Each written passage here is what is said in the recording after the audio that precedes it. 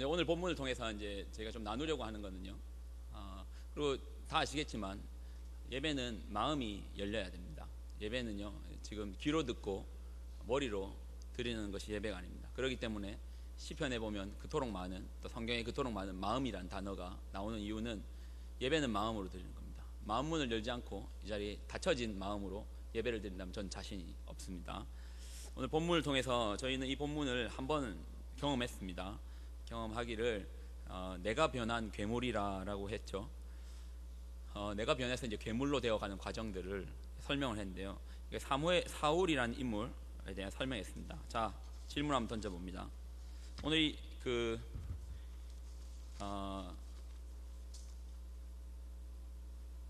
저는 이제 오늘처럼 이렇게 또 바쁘게 교회 생활하기 또 처음이네요. 오늘 그 중고등부에서 이 설교를 했어요. 중고등학생들 약간 외계인이라고 하는데, 외계인 앞에서 이제 설명을 한다라고 긴장을 너무 했더니 점심이 안 넘어가더라고요. 아침에 회의하고 중고등부 마치고 아무것도 없는 줄 알았는데 주보 보고 깜짝 놀랐습니다. 오늘 특강이 있더라고요. 특강 갔다가 좀 늦게 왔습니다. 그래서 조금 이제 같이 이 부분을 좀 같이 나눴으면 부탁드리는데요. 자, 질문 드리겠습니다. 여러분, 사울 인물 들어봤다. 자, 사울 어떤 인물이죠? 아는 대로 말씀하셔도 됩니다. 손 안 들어도 됩니다. 사울 어떤 인물? 예? 키도 크고 잘생겼다. 예. 사울 아는 대로 한번 던져보십시오. 사울 이스라엘의 초대 왕, 이스라엘 초대 왕입니다. 또 사울, 예. 사울은 천천히요, 다윗은 만만히요라는 노래가 있었죠. 한 사람을 미치게 만들었던 어떤 그 주몽과 같은 노래였는데요. 또 사울 하면 떠오르는 사람, 신약에도 사울이라는 인물이 있습니다. 신약에 또 사울 등장하는데 누가 있나요? 신약에 등장하는 사울, 사도 바울의 집에서 불리는 우리 지체들도 중간에 들어오셔도 괜찮습니다. 자, 우리 한나, 예. 자, 황명이 머리 이쁘게 했네요. 자, 들어오시고. 자, 원거리는 거기 앉아 있어야 돼요. 급하면 언제든지 써먹어야 돼서. 예. 자, 사울이라는 인물에 대해서 지금 이해 나누고 있는데요. 저희가 이제 전에 한번 설명하기를 사울의 가문적 이야기를 했습니다. 그의 가문이 베냐민 지파, 12지파 중에 베냐민 지파고요. 또 그리고 그의 아버지의 이름은 기스. 그런데 성경이 설명하기를 그의 아버지는 유력하였다라고 말합니다. 이걸 지금 언어로 만들면 잘 살았다 정도로 표현해도 괜찮을 겁니다. 그리고 이제 더 우리를 기분 나쁘게 만드는 이야기는 사울이 준수하였다. 이 정도만. 성경의 인물에 대한 평가가 별로 없어요. 혹시 성경에서 인물에 대한 평가 나와 있는 것도 사울 말고 생각나는 사람 있어요? 인물, 요셉이라는 인물이 있습니다. 사실 좀 인물의 그 최상급은 또 따로 있는데 또 더 있어요. 또 예수님의 인물에 대한 부분은 압살롬이라는 인물이 있습니다. 그의 머릿결이요, 웬만한 자매들이 울고 갈 정도의 머릿결이었답니다. 근데 문제는 그 머리 때문에 나무에 걸려가지고 죽게 되는데요. 예전에 제가 제 친구 중에 여사친 정말 여자 사람 친구, 그 자매 얼굴 보면 이유 설명할 수 있습니다. 여사친 있었는데요. 그 친구가 20대 후반에 기도 모임을 했습니다. 다 같은 20대 후반 자매들께 모여가지고 매일 기도했습니다. 평균 나이 20에서 30. 무슨 기도하겠습니까? 20대 후반부터 30대 초반의 자매들이 무슨 기도했을까요? 배우자를 놓고 기도했습니다. 제가 그 기도 제목 뭐로 기도하냐고 물어보니까 비밀이라고 하는데, 계속적으로 물어보니까 그때가 2002년 당시였습니다. 배우자 상을 놓고 기도하더라고요. 기도하는데 자기의 첫 번째, 자매들 기도하면 뭐 기도하겠습니까? 자매들 기도하면 첫 번째 배우자 상, 첫 번째 직업. 그렇죠. 새벽 기도 나오는 남자. 두 번째 뭐 할 것 같아요? 두 번째 이제 외모 나오더라고요. 외모인데 그때 당시에 그분 말하기를 안정환 같은 사람이기를 바라더라고요. 안정환 같은. 그러면서 안정환을 생각하면 압살롬이 생각난다고 하더라고요. 그래서 이제 안정환 같은 사람. 그리고 봉급은 한 500만 원 정도 벌었으면 좋겠다 했습니다. 그 자매도 시집 거의 못 갔습니다. 예. 근데 나중에 갔어요. 제가 그 몇 명 자매들 시집 갈 때 구경 갔습니다. 그런데 제가 뭐 확인했겠습니까? 형제들 얼굴 살폈습니다. 기도에 놀라운 능력을 봤습니다. 예. 자매들의 마음을 바꾸시더라고요. 안정환 같이 생긴 분 하나도 없었습니다. 예. 마음을 바꾸는 겁니다.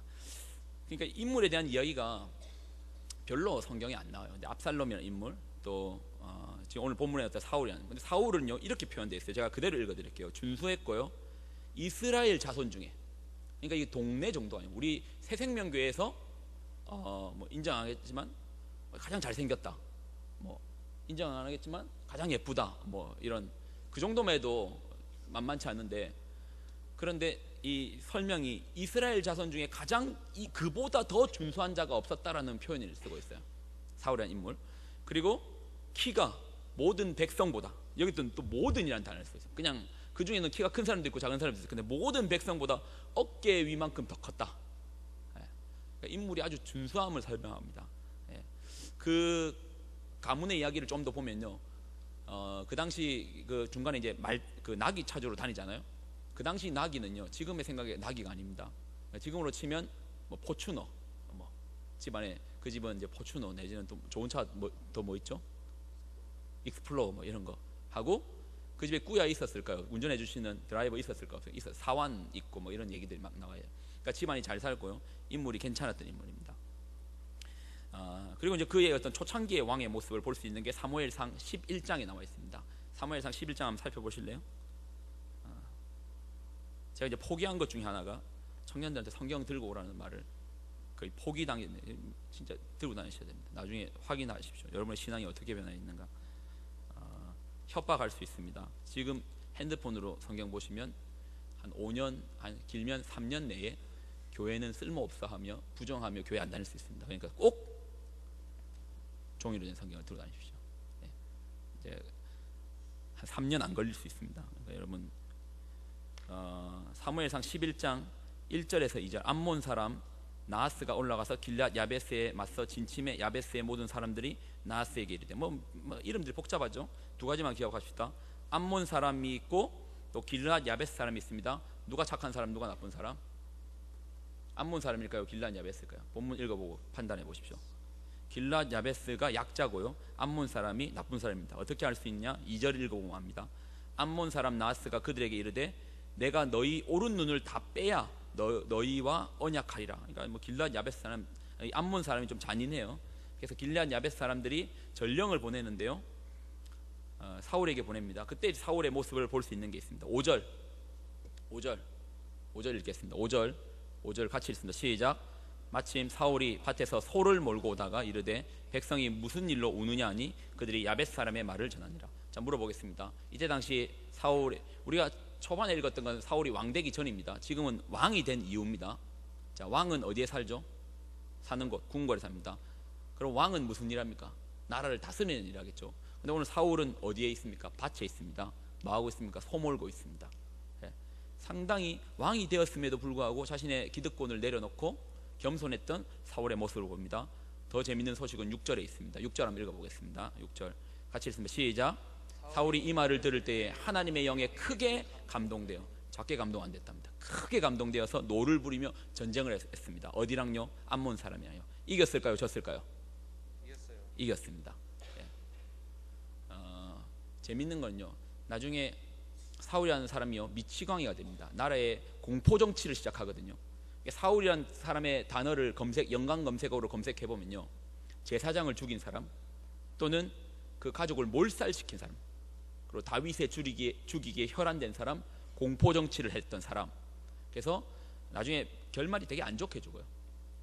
나중에 이 블레셋 사람들에 의해서 죽음을 당하는데요, 사람들이 그의 시신을 그냥 놔뒀는데 그의 시신을 수급해주고 장례를 치러주는 민족이 있습니다.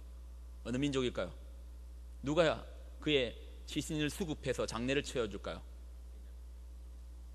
길앗 야베스 사람입니다. 여러분 기억하셔야 됩니다. 여러분 누군가의 어려움을 도와준다는 것, 누군가를 도와주지만 결국은 자기 자신에게 도와주는 겁니다. 길앗 야베스를 그렇게 합니다. 그러니까 사울의 어떤 초창기 모습 괜찮았다는 거예요. 은혜 받았고요, 사람 괜찮고요, 겸손했어요. 괜찮은 집안도 괜찮은 사람이요, 집도 꽤 잘 사는 사람이요, 인물도 좋은 사람이요. 이렇게 겸손하기 쉽지 않아요. 제가 겸손하기 쉽지 않습니다. 웃을 때는 웃어줘야지 제가 덜 민망합니다. 그런 눈으로 째려보시면 힘들어집니다. 예, 마음이 열려야 됩니다. 마음을 열려야지 예배가 가능합니다. 괜찮은 인물이라는 거예요. 집안도 꽤 잘 살았고 했는데 지금 이 사울의 인물을 보면 정말 괜찮았어요. 그런데 2년이 지났어요. 한 1년이 지나고 정권 2년 만에 그가 변질되고요, 나중에 넘어지는데요, 오늘 우리가 읽었던 사무엘상 13장이요 그냥 건너뛰면 안 되는 장이라는 거예요. 한 사람이 넘어지는데요, 한 사람이 넘어지는데 나중에는 이 광인이 된다니까요. 도둑놈 정도가 아니에요. 살인자가 돼요. 그냥 다윗을 도왔다는 이유만으로 한 가족을 몰살시켜요. 그리고 그의 모든 머릿속의 생각은요, 어떻게 하면 누군가를 죽일까에 대해서, 어떻게 하면 자신의 정권을 유지할까, 어떻게 하면 내가 이 길길이 이 정권을 유지할까. 나중에는 자기 아들에게요, 자기 아들에게 칼을 겨누며 던졌던 사람인가요. 예. 그 인물이요, 한 사람이요 광인이 되어 미쳐요. 왜 그렇게 되는지에 대한 실타래와 실마리를 풀어내는 그 열쇠가 오늘 본문에 있는 겁니다. 가벼운 본문이 아니라는 겁니다.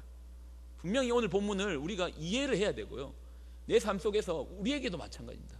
지금 다 멀쩡하잖아요. 예. 그런데 나중에 한 사람의 인물됨을 말하겠지만 그 나중에 이제 역사를 통해서 지금의 어떤, 우리가 지금은 역사의 가운데 토막에 있기 때문에 지금의 어떤 박근혜 대통령에 대해서 우리가 평가를 할 때 정확하게 사실 할 수 없을 겁니다. 그러나 시간이 지나면 역사가 증명해내요. 마찬가지로 이 사울이란 인물을 시간이 지나서 우리가 지금 증명해내고 있잖아요. 그런데 이 한 사람이 나중에 넘어짐의 앞에서 어디서부터 그 단추가 잘못됐고, 그러면 또 돌아올 기회가 없었는가. 사울에게도 돌아올 수 있는 기회가 제가 성경을 통해서 본 것만 한 3-4번인데요, 그가 돌아올 수 있는 기회가 분명히 있었어요. 그럼 그 돌아올 수 있는 기회에서 그는 또 왜 또 넘어졌던가, 어디에서 그렇게 크게 넘어졌던가, 왜 그가 그렇게 비참한 최후를 맞이했던가. 좋은 왕이 됐을 수도 있었을 것인데, 사울 이스라엘 나라 40년 통치했거든요. 40년 통치하면서 제법 잘 통치했어요. 초대 왕이었다니까요. 왕이란 제도가 없던 나라에서 왕을 만들어갖고 거기까지 제법 잘 끌고 갔어요. 그런데 그가 나중에 미치광이가 돼요. 왜 그렇게 문제가 됐는가, 오늘 본문이 설명해요. 그래서 지난주에 처음으로 지지난주에 설명을 했어요. 근데 오늘 미흡한 부분이 있어서 조금 더 설명하려고 합니다. 이제 본문 한번 읽어보겠습니다. 그리고 여러분 찾아보셔야 되겠죠. 어디에서 잘못됐고 뭐가 문제인지. 한번 제가 읽고 질문을 던지겠습니다. 13장 8절 9절 13장 8절 9절 버전이 다르지? 누가 아무나 형제 한 사람이 좀 읽어줄래요? 주빈이가 좀 읽어줄래요? 8절 9절.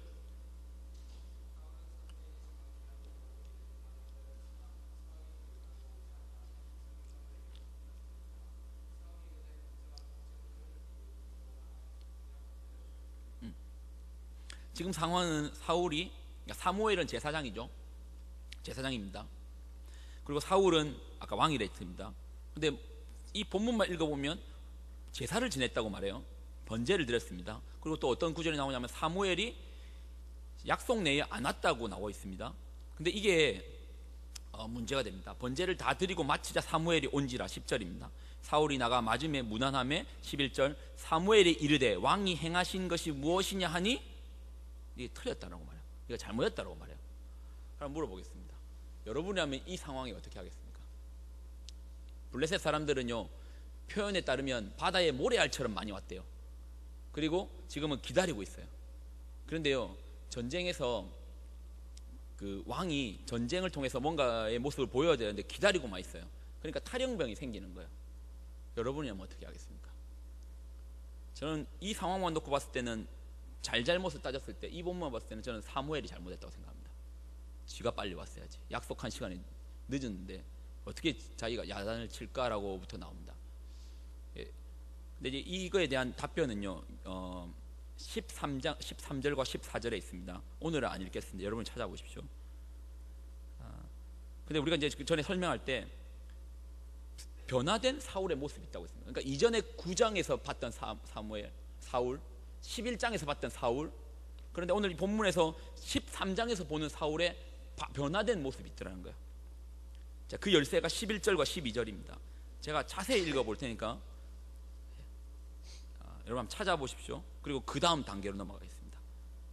사무엘이 이르되 왕이 행하신 것이 무엇이냐 하니 사울이 이르되 백성은 내게서 흩어지고 당신은 정한 날에 오지 아니하고 블레셋 사람은 믹마스에 모였음을 내가 보았으므로 이에 내가 이르기를 블레셋 사람들이 나를 치러 길갈로 내려오겠거늘 내가 여호와께 은혜를 간구하지 못하였다 하고 부득이하여 번제를 드렸나이다. 사울의 넘어짐이 여러분 구분이 되십니까? 어디서부터 넘어졌죠? 9장의 분명히 서도에 말했습니다. 사울이라는 인물 괜찮았다고 해요. 준수했다고 합니다. 그렇지만 9장의 사울은요 내가가 나와 있지 않아요. 11장의 사울에는요 내가가 없어요. 그런데 이제 앞으로 사울을 우리가 계속 만나게 될 것인데 앞으로 이후에 만나는 사울에는요 15장에서도 그렇고 내가 계속 넘어집니다. 우리가 신앙을요 실패할 때요 실패하는 이유 중에 하나는 그 종교를요, 자 그 전에 다른 질문을 하겠습니다. 종교를 고등 종교와 좀 저등 종교라 해야 되나요? 뭐 샤머니즘적으로 구분하는 그 분기점이 있습니다.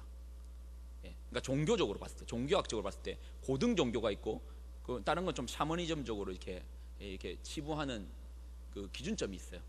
고등 종교의 어떤 그 기준점이 있는데 그 기준점이 혹시 뭔지 아시는 분 있습니까? 뭐를 기준으로 고등 종교를 나누고 이건 좀 저등하다 해야 되나요? 이건 좀 수준이 떨어진다고 할까? 그러니까 종교학적으로 기독교를 얘기하는 게 아닙니다. 기독교도 이제 포함시켜가지고 종교학적으로 이걸 구분할 때 어떤 기준점으로 나눌까요? 종교적으로 따질 때. 틀린 대답이라도 괜찮다.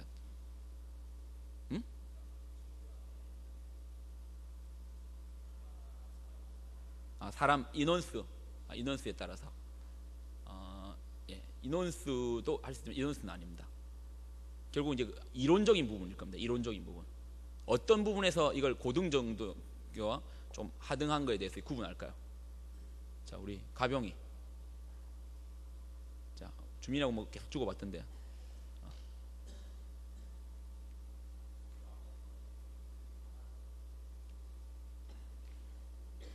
바라는 거?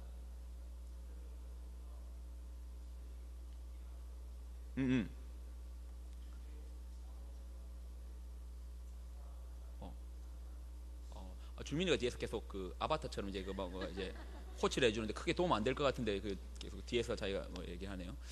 자, 약간 정답을 한다면 한 60% 정답까지 나왔어요. 조금 더 한번 연구해 봅시다. 생각해 봅시다. 나 중심적인 한 거의 90점까지 줄 수 있어요. 근데 그걸 한 단어로 말할 수 있어요. 내가 신이 되는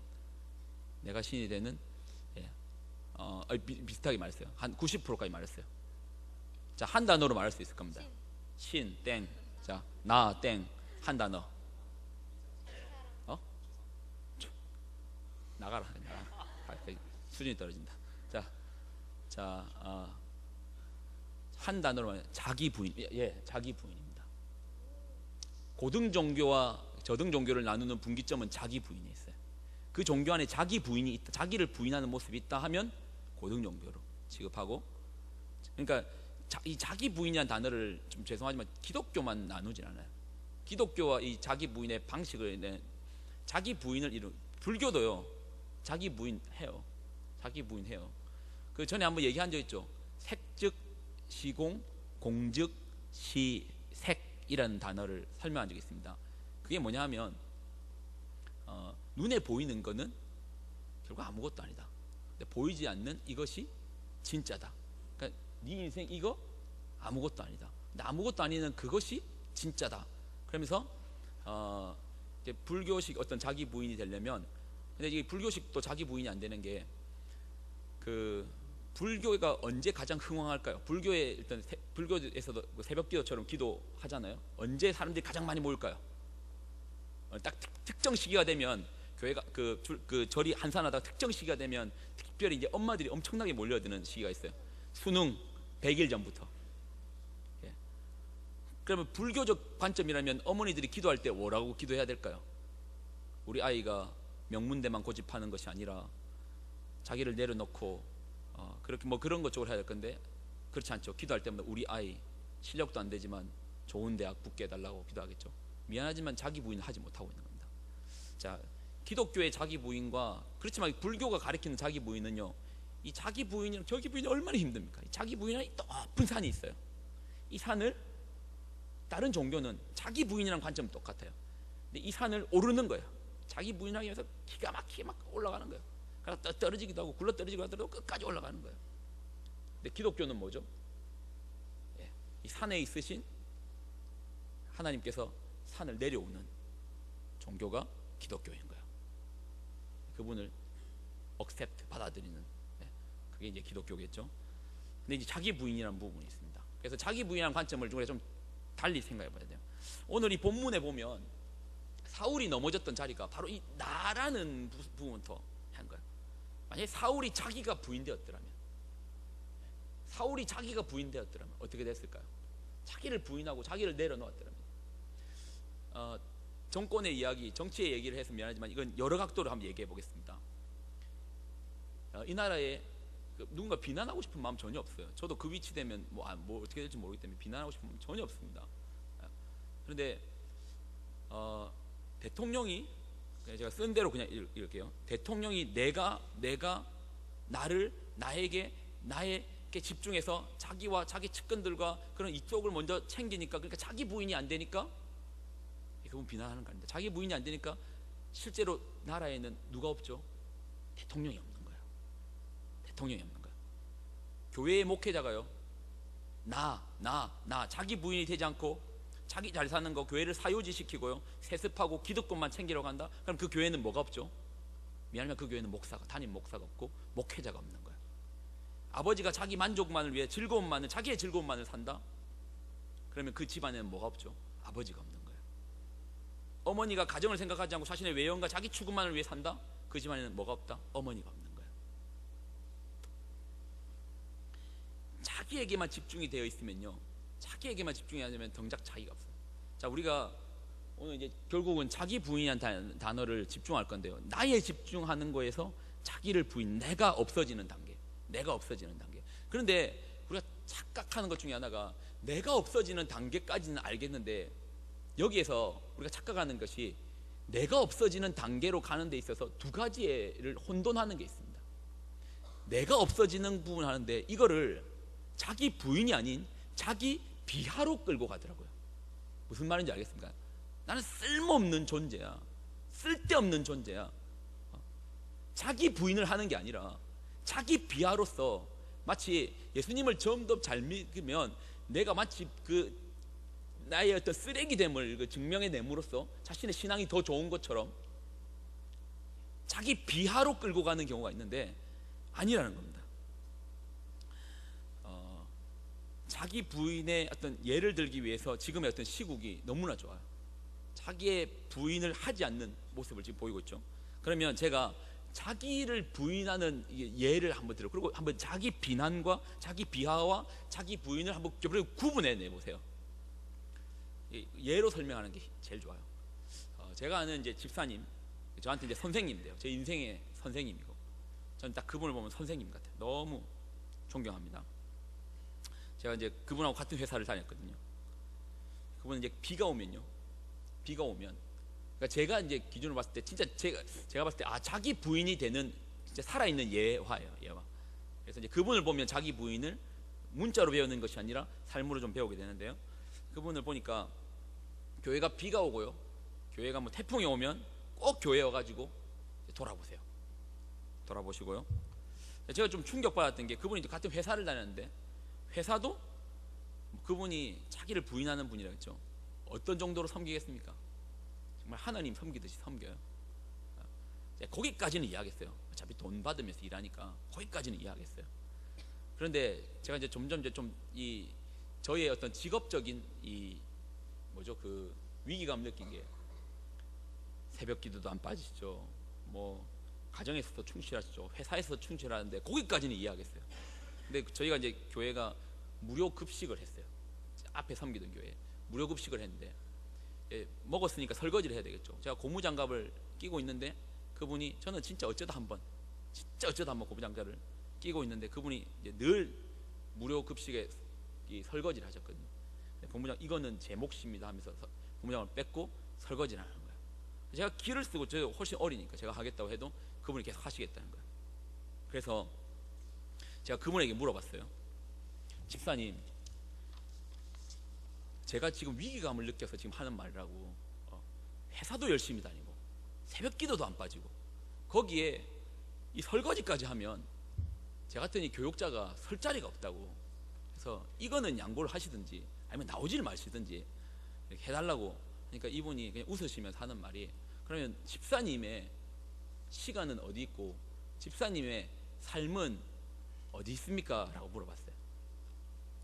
어디 있습니까? 라고 물어봤어요. 그러니까 이분이 이렇게 얘기하더라고요. 웃으시면 하는 말이, 가정에서 나는 없어요 라고 말하고요. 회사에서 나는 없어요. 교회에서 나는, 그분이 이러더라고요. 최소한 남자가, 그러니까 남자만 예를 들어 좀 그렇지만 결혼을 하면 그 결혼에서 가정에서 나는 없어지는 거예요. 남자가 직장을 들어가면 그 직장을 들어가는 순간부터 나는 없어지는 거예요. 교회의 일원이 되었다 그러면 교회에서 나는 없어지는 거예요. 자기 부인을 설명하는데 이거보다 더 좋은 단어가 있을까요? 근데 자기 비하와 분명 차이가 있다고 했습니다. 나는 없어지면 나는 쓸모없는 존재야. 나 같은 건 있어도 그만이고 없어져 아니에요.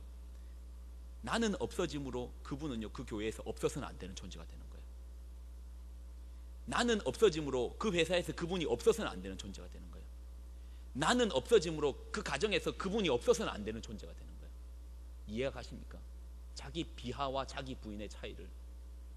내가 없어짐으로 그 가정과 기업과 회사와 아니면 교회와 어느 공간에서든지 그분이 그 자리에서 내가 없어짐으로 그 공간에 그분이 없으면 안 되는 거예요.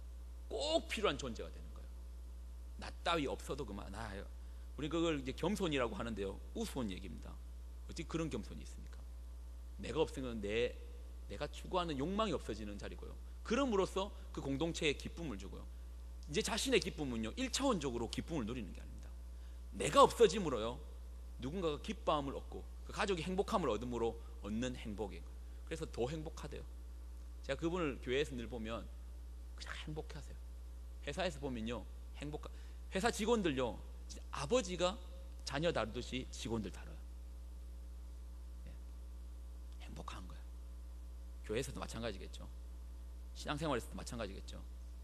1차원적으로 내가 이걸 추구함으로 내가 내 입에 들어감으로 느끼는 행복이 아닙니다. 우리는 그것만 너무 즐거워 보이는데요. 여러분 한번 여기 단적으로 얘기를 드리겠습니다. 자기가 핸드폰을 사죠. 그러면 며칠 즐거울까요? 좀 길게 보면 며칠까지. 사실 핸드폰 사면 즐거워요. 저희 핸드폰 사서 즐거워요. 저는 되게 좋은 거 쓰고 있습니다. 이 정도 되는 퀄리티 여러분 안 쓰고 계시죠? 저 이 정도 되는 사람입니다. 행복해요.